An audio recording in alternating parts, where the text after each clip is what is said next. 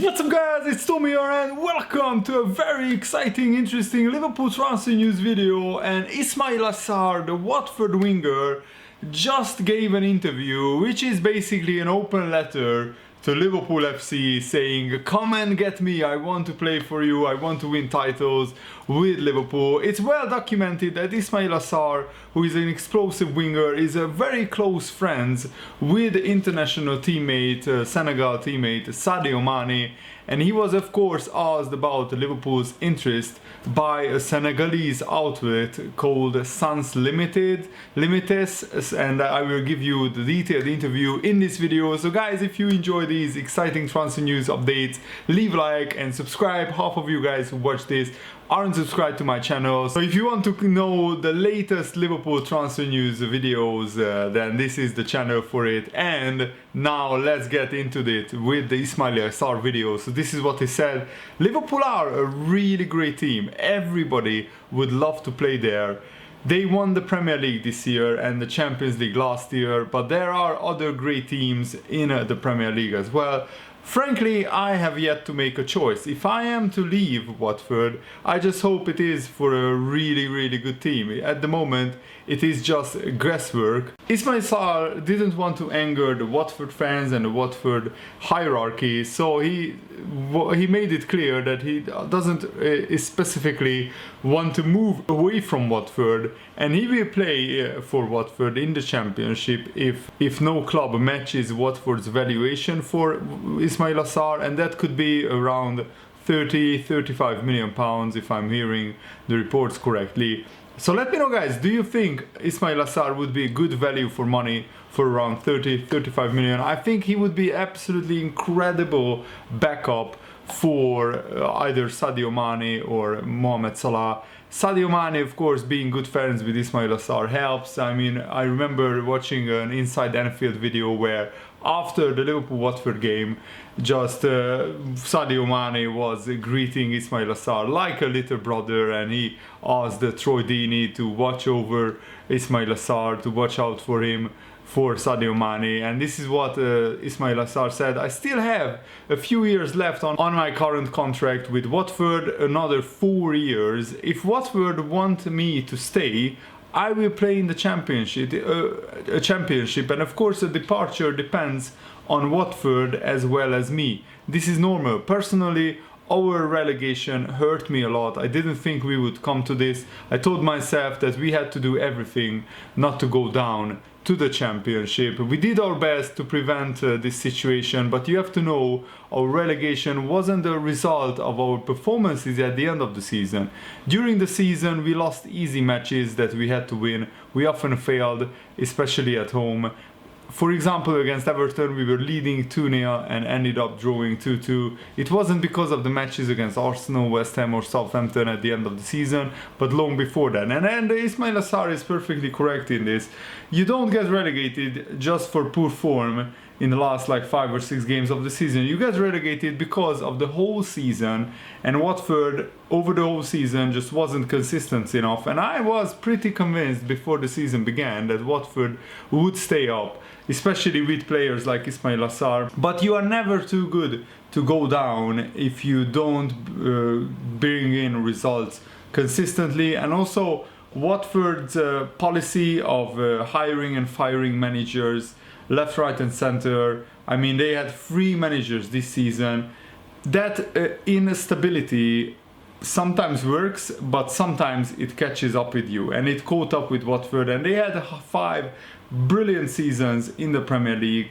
The Watford fans, I'm sure, enjoyed the ride, but I always wonder if they just stick with one manager for the whole season, is it a better fit? And I mean, sacking Nigel Pearson with just a couple of games left of the Premier League season, that was really weird to me. I mean, I'm not sure what they expected at that point. It felt like a desperate move by the Watford board or whoever is in charge at Watford. And also Ismaila Sarr said this: everyone who works is looking for advancement. Maybe if Watford frees me one day, I could go and play for a bigger team, go and showcase my talent elsewhere, and then win trophies.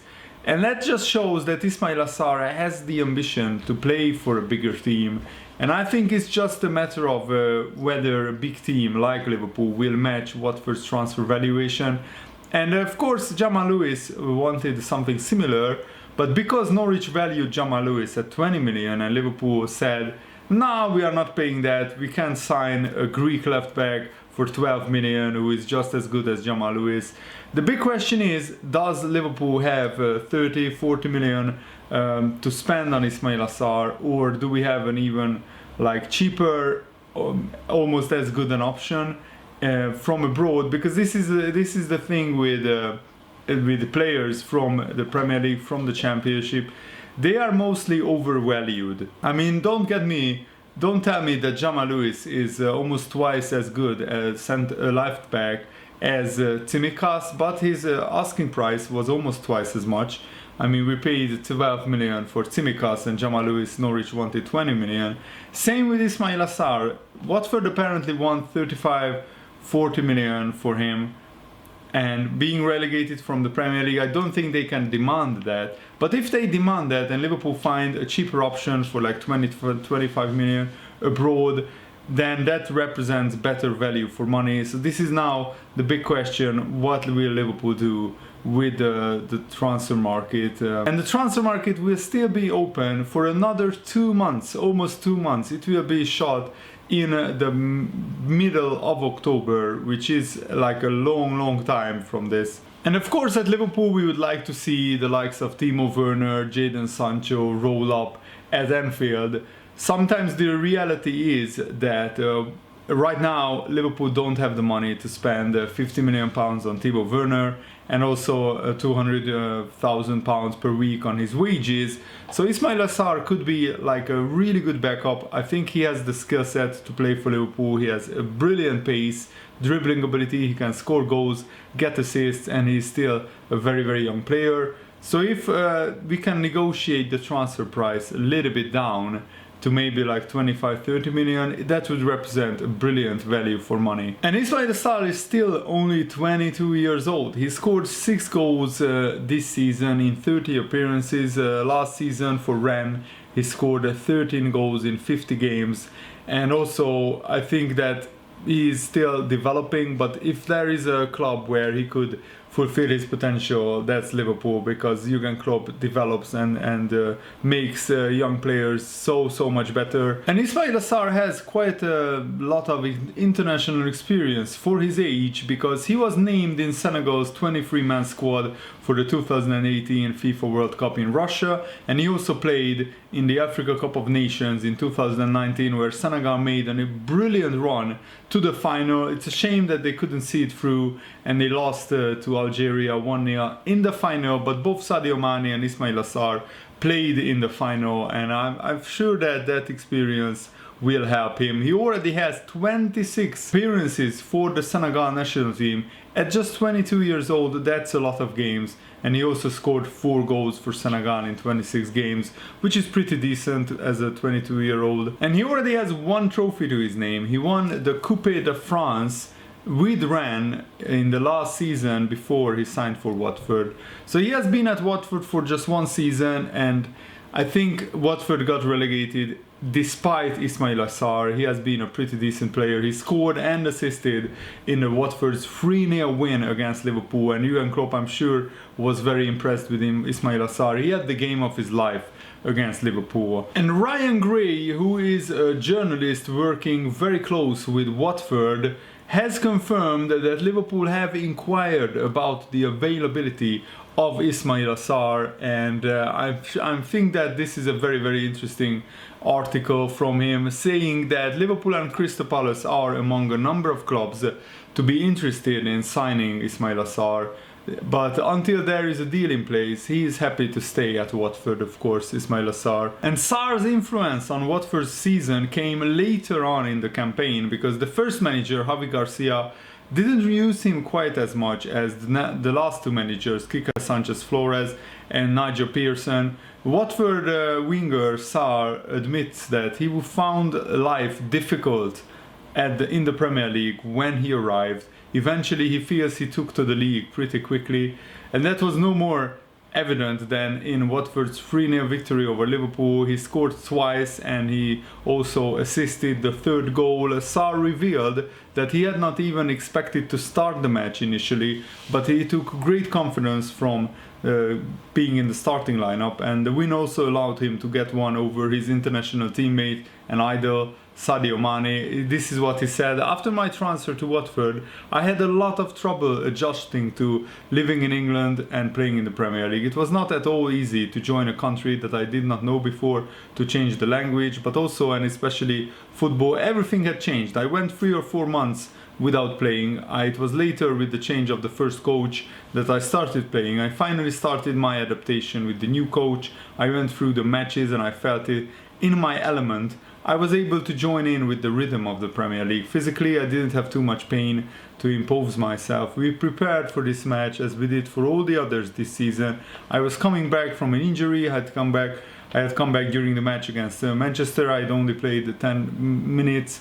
Against Liverpool, I didn't even think I would start the match. The coach had confidence in me. He put me among the starters. Liverpool are a great club, but you had to make a difference and try to win, but above all, not to lose. We were looking for at least 1 point if we didn't have all 3. Seriously, when I enter a field, I want to win every game. It's my job and I love it when it's done well. I don't ask myself a question. I also don't worry about who I play against, whether we are a brother or not. Sadio, my big brother, came to win and so did I. Someone of us had to win and it fell on me. Fortunately, I had the chance to win and we moved on. It didn't change anything in our relationship with Sadio Mane." He also praised Watford captain Troy Deeney. "Our captain is a really good person. He is very nice to everyone in the field. When we make mistakes, he comes to us and helps us stop making mistakes with advice and encouragement. When Sadio Mane asked him to take care of me, it brought us closer. Even though we have a good relationship, he always cares about what I'm doing and helps me progress better. So he's a good teammate and a good captain." And I just wanted to tell you guys these interviews with Ismaila Sarr so you can better judge his character. He's pretty similar to Sadio Mane in that he's pretty humble. He's not like a cocky, typical footballer. And he said some very, very nice things about Liverpool, which I always appreciate. And I think Ismaila Sarr, just 1 year after being in the Premier League, it would be an absolute dream transfer for him if Liverpool signed him. But I think it will depend on the transfer price. What kind of transfer fee are Watford asking for? Can Liverpool pay that? And David Lynch, who is working for the Standard newspapers, said with Watford expert Simon Collins that Liverpool are the front runners and favourites to sign Sarr. The winger would prefer a transfer to Liverpool, and his fee would be pretty high, but with the sales of Xherdan Shaqiri, Harry Wilson and Marco Grujic, these transfers could amount to as much as £50 million, and from that we could facilitate the transfer for Ismaila Sarr for around 35 to 40 million. And I think 40 million is too much for a player who only scored 5 goals in his debut Premier League campaign. I mean, Harry Wilson, who is apparently not in Jurgen Klopp's plans for next season, scored 7 goals for Bournemouth. So I think 25-30 million would be a fairer price. But as I said, if you want to sign players from other English clubs, it always comes with a premium. And that's why I'm saying that like 40 million, definitely we shouldn't pay that. 30 million, maybe if we can facilitate players' sales and we can generate that money. But even 30 million would be a gamble for a player who is just 22 and who has been hot and cold during the season. But yeah, it's true that he hasn't played a lot in the first like 3-4 months of the season, so it's very hard to judge Ismaila Sarr's whole Premier League campaign because of these reasons. There is a very interesting article from Paddy David in the Eastern Daily Press saying that basically Liverpool, how they pursued Jamal Lewis was disrespectful to Jamal Lewis himself and to Norwich. Basically the story is that Liverpool bid only 10 million for Jamal Lewis when the going rate for English players like him is more closer to 20 million. And when they heard that Norwich demanded 20 million, then straight away, just 24 hours later, they began negotiations with Kostas Tsimikas, and Lewis probably is a little bit, or maybe a lot, disappointed that got it, because this was his dream move to sign for the Premier League champions Liverpool, one of the biggest clubs in the world. I'm sure that any footballer would be absolutely ecstatic for that. And Jamal Lewis actually cut short his holiday to get this dream move to Liverpool done. And the fact that Liverpool were basically almost simultaneously negotiating with Norwich and with Olympiacos, I don't think that's disrespectful. That's just a ruthless football business that we are in. Liverpool basically wanted to see what the valuation for Jamal Lewis is and for Kostas Tsimikas, and probably we would sign the player who was closer to what Liverpool were willing to spend, which was around 10 to 15 million on a left back. We didn't really want to spend 20 million on Jamal Lewis. So Norwich is probably right that their valuation of Jamal Lewis is not too over the top, because Norwich value him at 20 million, and that's the going rate for a young English talented player, or in the case of Jamal Lewis, he's from Northern Ireland, but from the UK, you get my point. And Harry Wilson, who is also English, homegrown talent, is valued around 20 million by Liverpool as well. So I don't necessarily think that Norwich's valuation for Jamal Lewis was too high. It's just that Liverpool didn't really want to pay 20 million when we can sign a left back like Tsimikas, who is as good as Jamal Lewis in my opinion. Maybe not suited or not used to the Premier League and not used to playing in England, but for 12 million I think that's an absolute bargain, even in today's current financial climate. So I don't have any big problems with this article. It's just a football business, and Liverpool's and Norwich's valuation were pretty far apart. So Liverpool probably very quickly realized they don't really want to argue with Norwich on the asking price, because they were basically valuing Jamal Lewis at 20 million, Liverpool just 10 million. So there is no point arguing when we can sign another left back for 12 million. So that's the deal, and I just wanted to report this to you guys. I really hope that you guys enjoyed this video. Thanks for watching. Have a nice day. See you later. Goodbye.